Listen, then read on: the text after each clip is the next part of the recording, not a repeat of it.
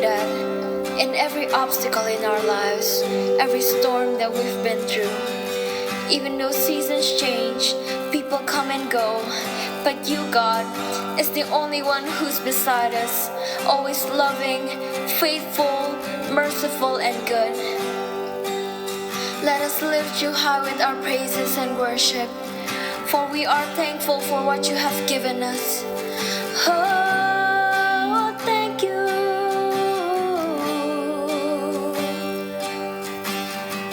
Come on, let us sing. I love you, Lord, for your mercy never failed me.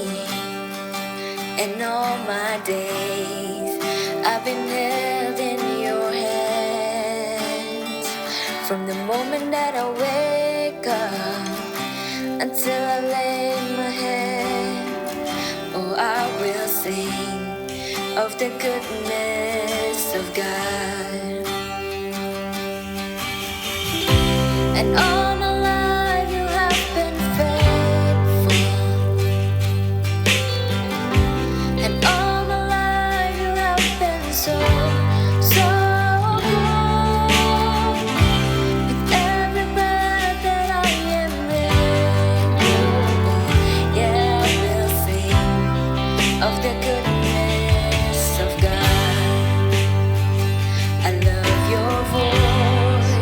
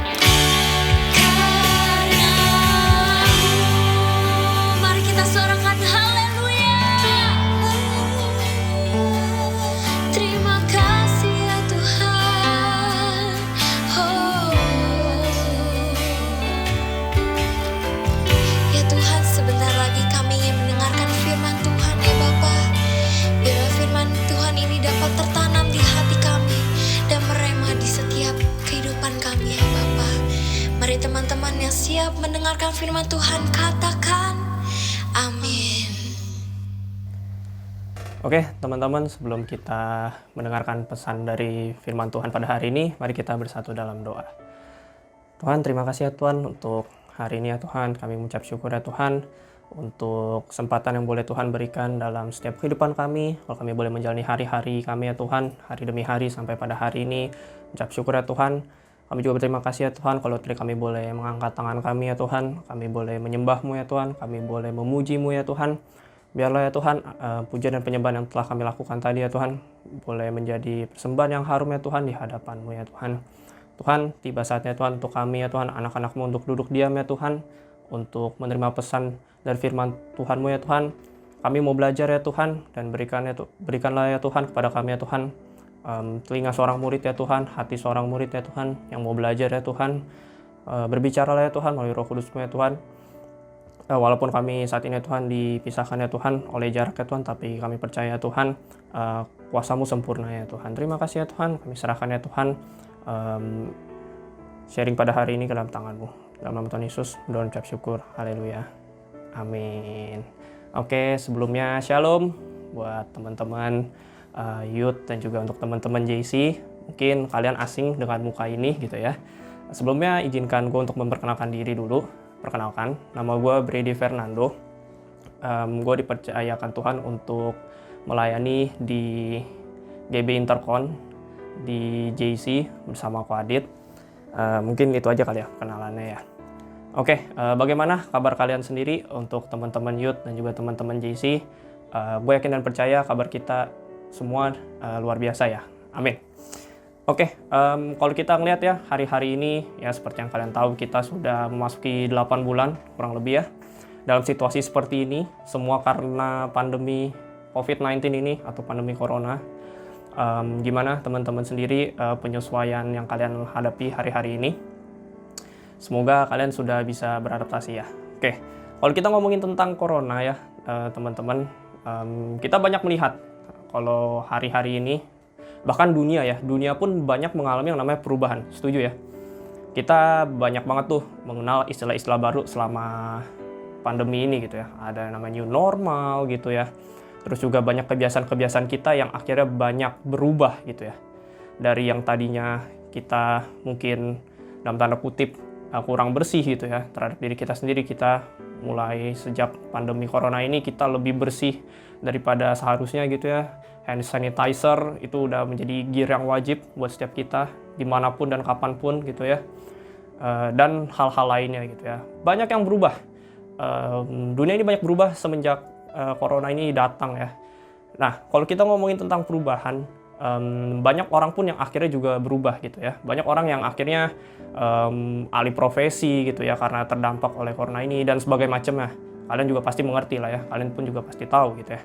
Nah, dengan kata lain pun, kita pun juga harus berubah gitu ya, teman-teman. Kenapa? Karena yang namanya berubah itu akan selalu ada dalam kehidupan kita, teman-teman. Suka atau nggak suka, perubahan itu akan ada dalam kehidupan kita.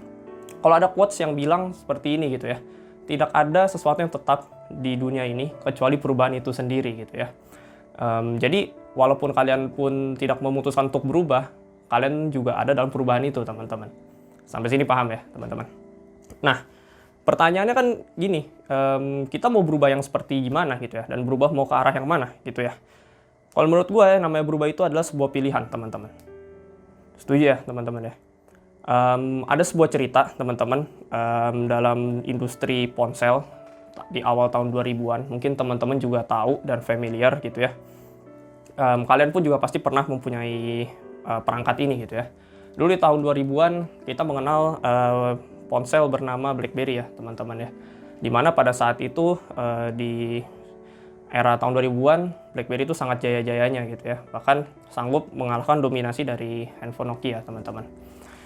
Pada waktu itu tahun 2007 teman-teman keluarlah handphone yang bernama iPhone gitu ya. Dan juga disusul oleh Android kurang lebih nggak lama setelah itu teman-teman. Nah waktu itu CEO dari BlackBerry itu sempat bilang begini. iPhone itu bukan menjadi ancaman. Kurang lebih intinya begini ya, kata-katanya sih nggak persis teman-teman. Kurang lebih dia ngomongnya intinya begini. iPhone itu tidak akan menjadi ancaman gitu ya untuk BlackBerry. Kenapa? Karena bagi dia menganggap bahwa iPhone itu tidak praktis. Kenapa? Karena dia mengusung teknologi yang namanya layar sentuh ya, teman-teman, betul ya. Dan BlackBerry sangat amat membanggakan keypadnya dia yang masih physical waktu itu ya. Dan dia bilang akurasinya jauh lebih akurat lah menggunakan BlackBerry dibandingkan dengan iPhone. Ditambah lagi pada saat itu teman-teman, iPhone itu hanya mempunyai koneksi internet sebesar 2G saja, yang dimana itu lebih lambat daripada BlackBerry. Dan hal itu kurang lebih CEO BlackBerry itu menganggap ya iPhone bukanlah sebuah ancaman lah gitu ya. Akhirnya terus berjalan, waktu terus berjalan, BlackBerry terus menguasai pasar ya, baik di Amerika sana sampai 40%-an gitu ya, apalagi di seluruh dunia.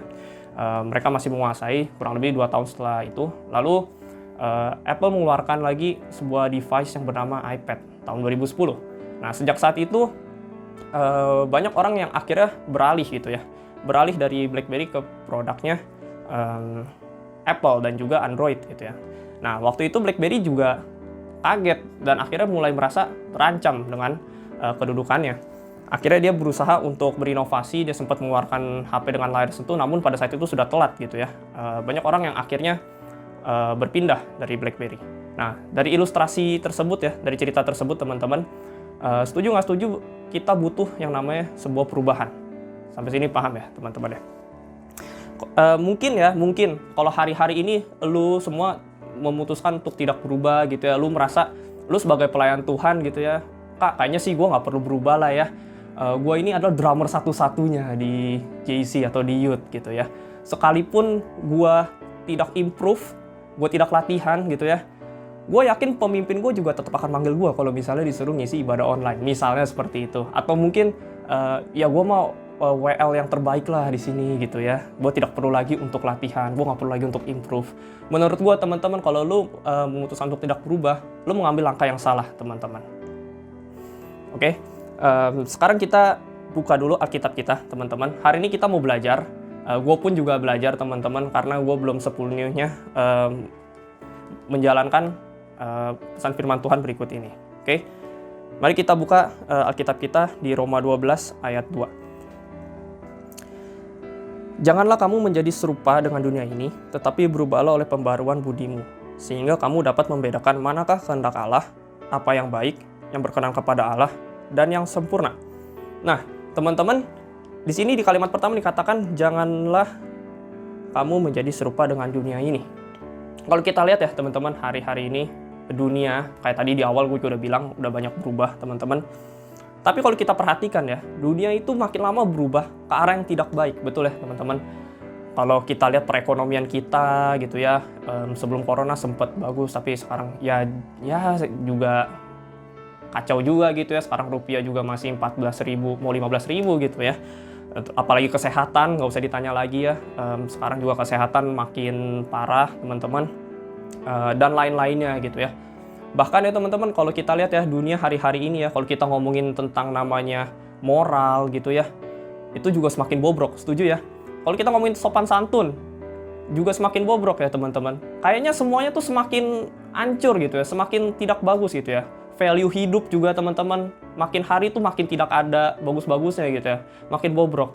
Kalau gue lihat ya, yang satu-satu yang semakin baik hari-hari ini, itu adalah kreativitas dan inovasi. Setuju nggak teman-teman? Apalagi sekarang di dunia era digital, banyak banget orang-orang kreatif yang akhirnya berkarya di situ, dan itu yang semakin baik, yang terlihat semakin baik teman-teman. Setuju ya teman-teman ya? Tapi kalau kita ngomongin tentang moral, nilai hidup ya, value hidup, dan sopan santun, itu semuanya hancur teman-teman. Setuju ya teman-teman? Nah, pertanyaannya sekarang, kita mau berubah ke arah yang mana? Apakah kita mau mengikut ke arah dunia, atau kita mau berubah sesuai dengan ajaran firman Tuhan? Nah, kalau misalnya gitu ya, ada orang yang nanya, anak Tuhan gitu ya, atau orang Kristen gitu ya, pengikut Tuhan, sama orang dunia, itu beda nggak sih kak? Kalau gue ditanya seperti itu, gue akan jawab ya pasti beda teman-teman, nggak mungkin sama. Tidak mungkin orang yang mengaku sebagai anak Tuhan atau pengikut Tuhan memiliki nilai-nilai hidup yang sama seperti orang-orang dunia. Oke? Sampai sini paham ya teman-teman ya? Kita lanjutin lagi. Terus setelah kata-kata itu dikatakan seperti ini. tetapi berubahlah oleh pembaruan budimu. Nah, di kata-kata ini gue percaya ini berbicara tentang yang namanya value, teman-teman, atau nilai. Banyak anak Tuhan hari-hari ini ya ngaku-ngaku sebagai orang Kristen, pengikut Tuhan, tapi karakternya itu tidak memiliki nilai Kristus sama sekali, teman-teman, gitu ya. Bahkan gitu ya, pelayan Tuhan gitu ya. Gue banyak juga melihat banyak beberapa pelayan Tuhan yang tidak memiliki yang namanya tuh nilai-nilai gitu ya. Padahal udah pelayanan gitu ya, tapi di kehidupan di luarnya sama aja kayak orang dunia gitu ya.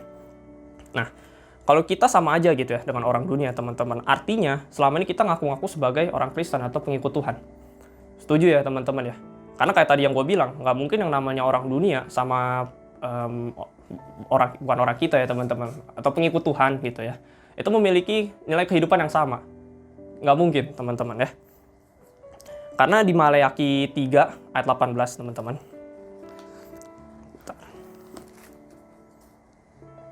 Maleakhi 3 ayat 18 dikatakan seperti ini. Maka kamu akan melihat kembali perbedaan antara orang benar dan orang fasik, antara orang yang beribadah kepada Allah dan orang yang tidak beribadah kepadanya.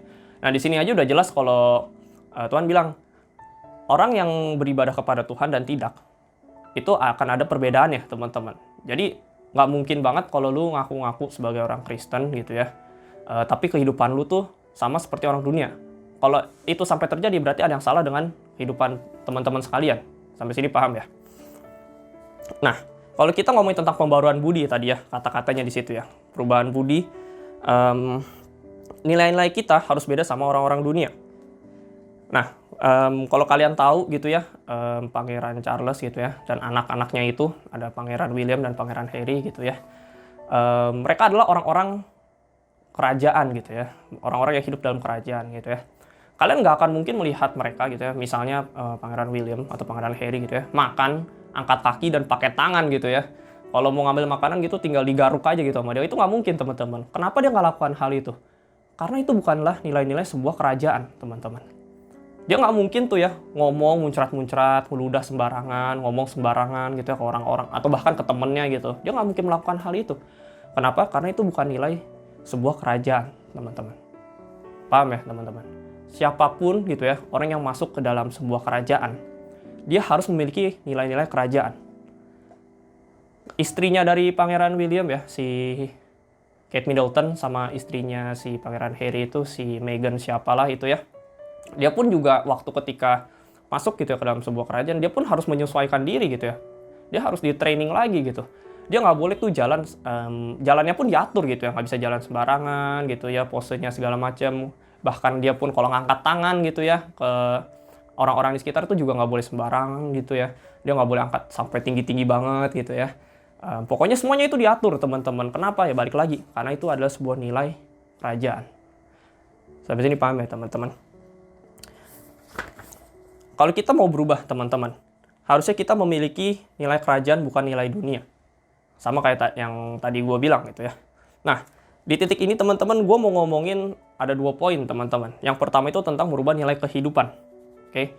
Nah, nilai kehidupan itu simpelnya begini ya, teman-teman ya. Gampang dilihat dari kehidupan kita. Bagaimana lu melakukan kegiatan lu sehari-hari gitu ya.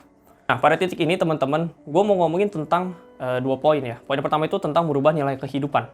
Kalau kita ngomongin tentang merubah nilai kehidupan, mungkin ya, itu banyak banget gitu ya. Banyak banget nilai kehidupan yang bisa kita bahas pada saat ini gitu ya. Kalaupun gua tanya ke lu sekarang gitu ya, apa nilai kehidupan yang lu pegang pada saat ini? Mungkin lu juga akan bingung, ya nggak sih? Apa ya Kak nilai kehidupan yang gue pegang saat ini gitu ya. Gampangnya ya teman-teman, yang namanya nilai kehidupan itu adalah bagaimana lu menjalani kehidupan lu sehari-hari gitu ya. Bagaimana lu melakukan segala sesuatunya lah dalam kehidupan lu sehari-hari. Itu gampang dilihat gitu ya. Nah, yang namanya nilai kehidupan ya teman-teman ya. Waktu kita jalani itu dari diri kita sendiri, teman-teman, bukan dari luar. Artinya itu pure dari keinginan kita sendiri. Ketika lu memutuskan, berkomitmen untuk oke, gue mau berubah dan gue mau berkomitmen untuk berubah, teman-teman. Terus ini paham ya? Nah, oke, nilai kehidupan yang gue mau bahas, teman-teman, gue yakin kalau kita ngomongin tentang nilai kehidupan itu banyak yang bisa kita bahas. Tapi ada satu nilai yang mau gue bahas pada hari ini, dan menurut gue itu sangat penting, yaitu tentang spirit of excellence. Kenapa, teman-teman? Karena menurut gue, banyak orang-orang di luar sana, bahkan anak Tuhan, itu sudah nggak punya yang namanya value spirit of excellence, teman-teman. Kalau lu memutuskan hari ini untuk berubah, lu harus punya yang namanya value spirit of excellence, teman-teman.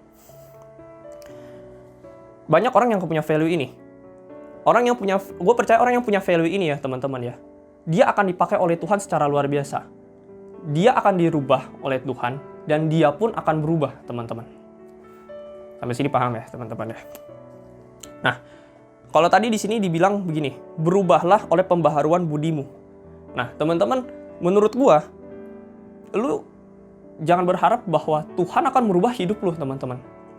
Lu menunggu Tuhan yang merubah hidup lu. Enggak, teman-teman. Di sini Tuhan bilang kita yang berubah, teman-teman. Berubahlah, kata-katanya ya di sini. Kita yang berubah. Jadi artinya gini, yang namanya berubah itu sifatnya aktif bukan reaktif. Bukan tunggu disentil dulu, dipaksa dulu, diancem dulu misalnya sama pemimpin lu atau orang tua lu bahkan gitu ya, baru lu mau berubah. Enggak, teman-teman. Tapi yang namanya berubah itu harus dari diri lu sendiri. Sini paham ya, teman-teman ya. Kalau di Kolose 3 ayat 23 ya, teman-teman. Udah berapa menit kok? Jangan potong-potong gitu. Di Kolose 3, teman-teman, ayat 23. Dikatakan seperti ini, teman-teman. Apapun juga yang kamu perbuatlah dengan segenap hatimu, seperti untuk Tuhan dan bukan untuk manusia, teman-teman. Oke, sampai titik ini ya, teman-teman. Gue harus akuin bahwa gue belum 100% menjalankan ayat Alkitab ini, teman-teman. Coba deh lu bayangin ya. Apapun yang kita lakukan, semuanya itu untuk Tuhan. Luar biasa banget ya, teman-teman. Jujur aja ini susah untuk dilakuin gitu ya. Yang namanya spirit of excellence, teman-teman, harus dilakukan di dalam setiap aspek kehidupan kita, kayak yang tadi gue bilang.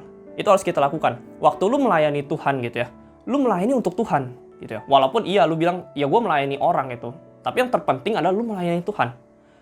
Waktu lu sekolah gitu ya, lu sekolah untuk Tuhan, kan gitu ya konsepnya ya. Atau lu kuliah misalnya, lu kuliah pun untuk Tuhan. Bahkan mungkin yang youth, kalian bekerja gitu ya. Kalian bekerja untuk Tuhan, teman-teman. Jadi lakukanlah segala sesuatu itu seperti untuk Tuhan gitu ya. Bukan untuk manusia. Oke? Sampai sini paham ya, teman-teman ya? Gue ada sedikit sebuah ilustrasi, kalau mau ngomongin tentang spirit of excellence ya, teman-teman. Ada sebuah ilustrasi yang gue dapat dari seorang pembicara, yaitu cerita seorang arsitek, teman-teman. Mungkin teman-teman yang menyaksikan ini, kalian pernah dengar cerita ini. Tapi gue harap cerita ini bisa mengingatkan kita kembali ya, teman-teman. Jadi ceritanya ada seorang arsitek gitu ya. Seorang arsitek yang dia bekerja pada sebuah perusahaan atau sebuah developer. Let's say dia sudah kerja selama 15-20 tahun. Katakanlah 20 tahun dia sudah bekerja pada perusahaan itu, atau developer itu gitu ya. Lalu suatu ketika terlintas dalam pikirannya dia seperti ini. Aduh, gue udah kerja 20 tahun gitu ya, gue udah capek gitu ya. Kayaknya gue mau ngerasain hidup gitu ya. Gue mau menggunakan uang yang gue dapat itu untuk menikmati hidup gitu ya. Akhirnya dia bertemu dengan bosnya. Bos dari perusahaan itu, dia bilang, bos, gue mau cabut gitu ya, gue mau resign gitu ya, gue mau pensiun dini gitu ya. Lalu bosnya tuh kaget gitu ya, loh kenapa gitu ya, kenapa lu mau resign gitu kan segala macam. Akhirnya si arsitek ini pun menjelaskan sejelas-jelasnya gitu ya, dan akhirnya setelah berbincang-bincang cukup lama, akhirnya karena bosnya berpikir oke lah, alasannya masuk akal, akhirnya dia pun mengiyakan untuk orang ini untuk resign gitu ya. Namun bosnya sempat bilang seperti ini gitu ya, ketika si orang ini mau resign gitu ya. Setidaknya selesaikanlah 1 bulan terakhir ini gitu ya.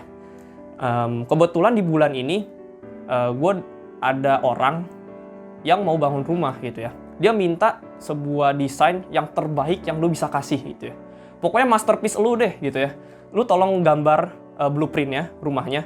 Lu yang atur semuanya, lu yang propose tempatnya di mana, dananya berapa dan segala macamnya gitu ya. Pokoknya lu yang atur gitu ya. Akhirnya ya udahlah, si arsitek ini akhirnya dia mengiyakan dan akhirnya dia mengerjakan seperti yang bosnya suruh gitu ya. Namun pada titik itu ya teman-teman, dia berpikir seperti ini. Ngapain ya gue kerjain capek-capek, gue harus bergadang malam-malam gitu ya. Gue harus mati-matian ngerjain gini, toh ini project gue atau enggak juga udah bukan urusan gue gitu ya, udah gak ada ngefeknya ke gue. Toh bonus akhir tahun pun gue juga udah gak dapet gitu ya. Akhirnya pada saat itu dia, karena arsitek ini jago ya teman-teman, jadi dia bikin rumah yang ala kadarnya lah. rumah yang baik gitu ya teman-teman. Dia bikin rumah yang baik, yang minimalis gitu ya, yang isinya monokrom warnanya, banyak jendelanya, menghadap ke arah matahari gitu ya. Itu seperti rumah idaman zaman sekarang ya teman-teman ya. Ya akhirnya dia bikin seperti itu. Lalu akhirnya setelah selesai dia bawa gulungan itu kepada bosnya, gulungan sakti anak arsitek ya teman-teman, kalau kalian tahu, yang panjang seperti itu. Akhirnya dia bawa ke bosnya dan bosnya lihat gitu ya. Akhirnya bosnya bilang gini, thank you buat dedikasi lu selama ini bekerja di perusahaan ini. Blueprint yang lu buat ini, desain yang lu buat ini, nantinya akan dibangun sesuai dengan apa yang lu gambar, dan itu akan menjadi bonus lu. Yang terakhir lah, sebagai yang terakhir gitu ya, karena lu udah bekerja di sini gitu ya. Bonus lu yang terakhir, karena lu udah bekerja di sini gitu. Coba deh, kalau lu di posisi arsitek itu nyesel nggak sih? Kalau gue sih kalau jadi arsiteknya itu sih sangat amat menyesal ya teman-teman ya. Pertanyaan gue gini, arsitek itu bisa nggak sih bikin rumah yang gede banget, yang pokoknya sangat amat gede? Bisa teman-teman, itu sangat mungkin. Kenapa? Pada saat itu si arsitek itu tidak menggunakan spirit of excellence yang dia punya teman-teman. Dia mengerjakannya ya ala kadarnya, cukup baik gitu ya, tidak sangat baik teman-teman. Nah dari cerita ini ya teman-teman ya, kalau lu mau berubah teman-teman, lu harus banget punya yang namanya spirit of excellence teman-teman. Kalau lu perhatiin ya teman-teman ya, Tuhan Yesus ketika melakukan segala sesuatunya, dia tuh selalu excellence dan nggak pernah setengah-setengah loh teman-teman. Kalau kalian ingat ya teman-teman, waktu dia merubah air menjadi anggur, di situ dikatakan itu adalah anggur yang terbaik teman-teman. Tuhan Yesus tuh seperti memberikan yang terbaik dari apa yang baik teman-teman. Nah, pertanyaan gini, kenapa sih kita harus punya teman-teman yang namanya spirit of excellence? Karena gini, lu nggak akan pernah tahu kapan lu akan menerima hasil ya teman-teman. Simpelnya gini, ilustrasinya gini. Kalau lu belajar mati-matian hari ini ya, lu belajar mati-matian, lu begadang gitu ya, lu belajar mati-matian pada hari ini, mungkin besok lu nggak akan ranking 1 teman-teman. Mungkin lu butuh 1 tahun, mungkin lu butuh 2 tahun untuk lu bisa ranking 1, atau mungkin lu 3 besar. Tapi lu akan mendapatkan itu teman-teman. Lu nggak akan tahu kapan waktunya lu akan mendapatkan hasilnya itu teman-teman. Buat gue ya teman-teman, orang yang mengerjakan segala sesuatu dengan spirit of excellence teman-teman, dia seperti kayak membangun jalan di depannya dia. Dia kayak membangun path-nya dia gitu ya, menuju ke tempat tujuan di mana Tuhan sudah tetapkan dia gitu. Jadi dia tuh tinggal jalan aja gitu ya. Beda dengan orang yang tidak memiliki namanya spirit of excellence. Dia tuh seperti nggak punya jalan aja, udah asal jalan aja gitu ya. Nggak ada tujuan, nggak ada arah. Mungkin dia bisa nyampe ke tempat tujuannya itu, tapi akan membutuhkan waktu yang lebih lama teman-teman. Sampai sini paham ya teman-teman ya? Makanya setelah ibadah ini ya teman-teman ya, kerjakan segala sesuatu seperti untuk Tuhan dan bukan untuk manusia teman-teman. Ketika lu ngerjain PR teman-teman, kerjakan PR itu seperti untuk Tuhan teman-teman. Ketika lu dikasih project dari guru lu atau dosen lu, kerjakan semaksimalnya teman-teman. Kalau lu misalnya ya teman-teman disuruh nyapu gitu ya sama temen lu, sama mak lu gitu ya, karena misalnya pembantu lagi nggak ada di rumah atau pulang kampung gitu ya teman-teman. Orang yang nyapu dengan spirit of excellence sama yang enggak teman-teman, itu beda loh teman-teman. Coba deh, kalau orang yang nyapu nggak pakai spirit of excellence, dia cuma oh ya mah, mana mah sapunya, pengkia mana mah, oh ya sini ya udah sini, aku sapuin dah. Terus lu nyapuin cuma lu seret doang gitu ya, nggak bersih gitu ya nyapunya. Tapi kalau lu punya spirit of excellence gitu ya, waktu lu disuruh nyapu gitu ya, oh ya mah, mau sapu di bagian mana gitu ya, ya udah sini aku sapuin gitu ya. Apa perlu aku pelin juga gitu ya? Beda nggak teman-teman? Beda kan hasilnya, outputnya tuh beda gitu loh. Nah, makanya penting banget untuk lu punya namanya spirit of excellence gitu ya. Sama seperti lu ketika beribadah teman-teman. Ada yang ibadah dengan spirit of excellence, tapi ada juga yang ibadah dengan tidak spirit of excellence teman-teman. Lu ibadah gitu ya, lu tiduran gitu ya. Saat lu tiduran, ada orang lain juga yang ibadah serius gitu ya. Ketika tadi pujian dan penyembahan gitu ya, mungkin lu tidur-tiduran, tapi ada orang yang angkat tangan, ada yang tutup mata gitu ya. Dari antara orang yang tutup mata dan angkat tangan, itu pun ada yang spirit of excellence, ada juga yang enggak teman-teman. Pertanyaan gua teman-teman, berkatnya sama atau beda teman-teman? Pasti beda teman-teman, nggak mungkin sama. Sampai sini paham ya teman-teman ya? Kalau sampai hari ini ya teman-teman ya, kita belum mendapatkan apa yang kita inginkan. Bisa jadi karena kita belum melakukan segala sesuatu dengan baik teman-teman.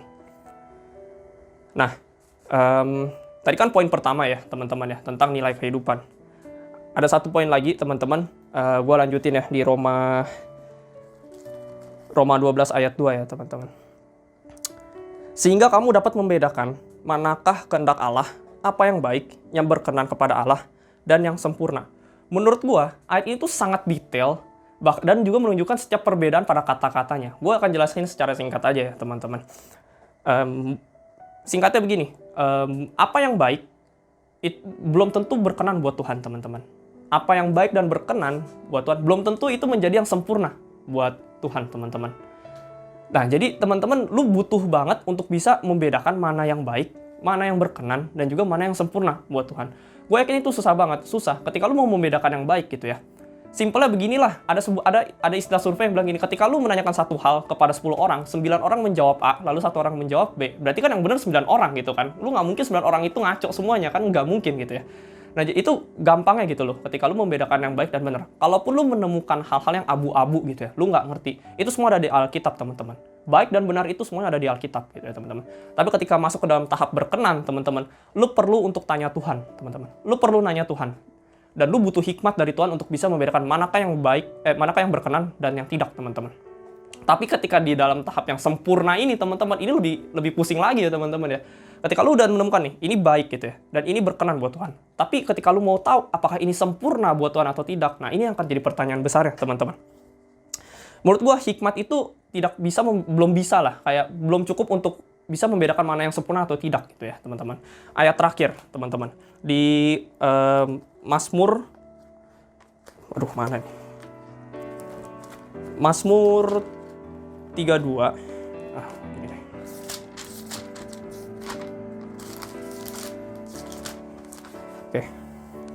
Oke, ayat terakhir ya teman-teman. Di Mazmur 32 ayat 8 dikatakan seperti ini. Aku hendak mengajar dan menunjukkan kepadamu jalan yang harus kau tempuh. Aku hendak memberi nasihat, mataku tertuju kepadamu. Intinya ayat ini berbicara begini, lu harus fokus kepada Tuhan gitu ya. Karena di sini Tuhan tuh lagi mau menunjukkan jalan kepada lu gitu ya. Di kata menunjukkan di sini gue percaya itu ngomongin tentang visual gitu ya. Ketika lu berbicara tentang fokus gitu ya, gue yakin panca indera manusia yang paling fokus itu mata gitu ya. Mungkin ada yang bilang telinga, tapi menurut gue itu mata gitu ya. Karena kalau lu mendengarkan sesuatu gitu ya, dibanding lu melihat sesuatu, lu perlu mikir dulu gitu ya. Apa sih ini, suara apa gitu nih? Suara apa sih ini gitu ya. Tapi ketika lu melihat kayak lu bakal langsung tahu, oh ini toh gitu ya. Nah, kata menunjukkan sini tuh berarti visual teman-teman. Nah, lu tuh harus melihat Tuhan teman-teman. Mata lu tuh harus fokus kepada Tuhan. Karena Tuhan tuh menunjukkan secara visual jalan-jalan yang harus lu lewatin gitu ya. Pertanyaannya gini, mungkin hari-hari ini kalau lu lagi misalnya lu SMA 3 atau SMP 3 gitu ya, lu bingung, lu mau sekolah di mana SMA-nya, atau lu mau kuliah di mana, atau lu yang lagi cari kerja hari-hari ini, lu bingung mau kerja di mana Tuhan akan tempatkan lu gitu ya. Bisa jadi ya teman-teman, lu tuh mata lu lagi nggak fokus ke Tuhan teman-teman. Padahal Tuhan tuh bisa jadi udah kasih tahu jawabannya. Lu harus sekolah di sini, lu harus kuliah di sini, mungkin lu harus kerjanya di sini gitu ya. Mungkin selama ini jawaban doa lu tuh sudah ada gitu, tapi kitanya aja nggak fokus kepada Tuhan. Maka dari itu teman-teman, mata kita itu harus fokus kepada Tuhan, karena Tuhan tuh menunjukkan jalan kepada kita teman-teman. Oke, yang terakhir teman-teman, gue mau bilang teman-teman, berubah itu pilihan ya teman-teman, kayak tadi gue bilang, berubah itu pilihan. Mungkin ya teman-teman ya, ketika lu memutuskan untuk tidak berubah, kehidupan lu nggak kenapa-napa teman-teman, bahkan mungkin aman-aman aja gitu. Tapi gue mau kasih tahu teman-teman, kalau hidup lu nggak akan dipakai Tuhan secara maksimal kalau lu nggak mau berubah teman-teman. Ada sebuah, ketika gue lagi menyiapkan bahan ini ya teman-teman, gue cari di internet ada sebuah quotes teman-teman dari Pinterest gitu ya. Ini berbicara tentang sebuah perahu layar gitu ya teman-teman. Ada kata-kata seperti ini. You cannot change the wind direction, but you can adjust the sails to reach your destination teman-teman. Lu nggak bisa ngubah arah angin, teman-teman. Tapi yang bisa lu lakukan adalah mengubah arah layarnya lu, teman-teman. Mungkin ya, teman-teman, kalau kehidupan kita hari-hari ini makin tidak baik, teman-teman, itu bukan salah kita. Ya nggak sih, teman-teman? Mungkin itu nggak salah kita. Mungkin badai yang ada di hadapan kita, gitu ya. Ya itu bukan salah kita, gitu, teman-teman. Tapi pertanyaannya gini, apakah kita mau berubah atau tidak? Apakah kita mau mengganti arah layar kita atau tidak teman-teman? Kan gitu, ya kan? Itu kan sebuah pilihan. Apakah ketika kita melihat ada badai di depan, ada ombak gitu ya, kita tetap hantem, atau kita punya cara lain, kita ganti arah, kita ganti halauan, teman-teman? Itu pilihan teman-teman. yang paling penting itu adalah diri kita dulu, teman-teman. Lu baru bisa ngubah yang lainnya, teman-teman. Kalau lu mau berusaha untuk ngubah yang lainnya, percayalah teman-teman, itu akan capek banget, teman-teman. Karena yang paling penting itu ya diri kita dulu, teman-teman. Ubah dulu posisi kita. Belajar sesuatu ya teman-teman hari ini. Nah, oke teman-teman, itu aja yang mau gue share pada hari ini, teman-teman. Baik lagi teman-teman, berubah teman-teman. Kita harus berubah. Berubah itu adalah sebuah pilihan. Dan pastikan teman-teman kita mempunyai value spirit of excellence. Dan juga teman-teman minta hikmat kepada Tuhan untuk bisa memberikan baik dan yang berkenan. Dan juga lu harus ketemu sama Tuhan untuk bisa menentukan yang sempurna itu, teman-teman. Oke, gue ajak kita untuk berdoa ya, teman-teman. Mari kita bersatu dalam doa.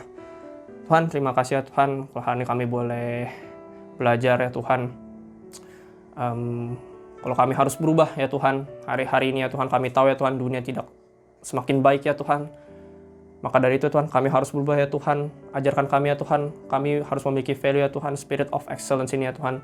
Ampuni kami ya Tuhan, kalau selama ini ya Tuhan, kami ya Tuhan sebagai anak-Mu ya Tuhan, tidak menunjukkan ya Tuhan, value yang baik ya Tuhan. Tapi mulai hari ini ya Tuhan, kami berkomitmen ya Tuhan untuk merubah itu semua ya Tuhan. Melalui Roh Kudus-Mu ya Tuhan, ajari kami ya Tuhan, untuk memiliki spirit of excellence ini ya Tuhan. Dan juga ya Tuhan, berikan hikmat ya Tuhan kepada kami ya Tuhan, untuk bisa membedakan mana yang baik, mana yang berkenan, dan juga mana yang sempurna kepada Tuhan. Terima kasih ya Tuhan, terima kasih. Terima kasih ya Tuhan untuk ibadah pada hari ini ya Tuhan. Berdoa ya Tuhan untuk setiap anak-anak-Mu yang menyaksikan video ibadah ini ya Tuhan. Kau jaga kehidupan mereka ya Tuhan. Kau jaga juga ya Tuhan kesehatan mereka ya Tuhan. Jauhkan ya Tuhan dari segala macam penyakit ya Tuhan. Biar Kau yang terus memberkati setiap keluarga mereka ya Tuhan. Dan juga semuanya aman ya Tuhan dalam perlindungan-Mu ya Tuhan. Terima kasih ya Tuhan. Kami telah berdoa dan mengucap syukur. Haleluya. Amin. Oke teman-teman, terima kasih. Tetap jaga kesehatan ya teman-teman. Jangan keluar-keluar dan juga ikuti protokol kesehatan yang ada. Oke. Thank you teman-teman. Bye-bye.